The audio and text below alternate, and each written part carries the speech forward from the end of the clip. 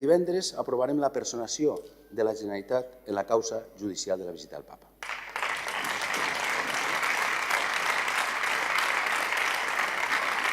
Perquè no renunciem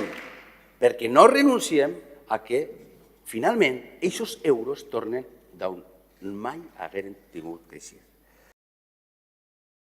El presidente de la AIREF, el señor Escrivá, la autoridad independiente, dijo que las comunidades autónomas tenían que ayudarse, complementarse, colaborar con los ayuntamientos para intentar mejorar la gestión.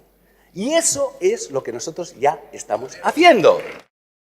Quemar etapas más rápidamente. Por eso es el plan Edificant y por eso es un plan que efectivamente tiene buena respuesta por parte de los ayuntamientos. Efectivamente la gestión es complicada y por eso tenemos que intentar cooperar entre las administraciones. Es que a mí me parece que usted debería entender una cuestión que es elemental. Las instituciones no estamos para confrontar entre nosotras. Las instituciones estamos fundamentalmente para cooperar, para resolver los problemas de los ciudadanos. Y si los ayuntamientos y la Generalitat podemos resolver más rápidamente las infraestructuras educativas, pues tenemos que hacerlo y lo estamos haciendo.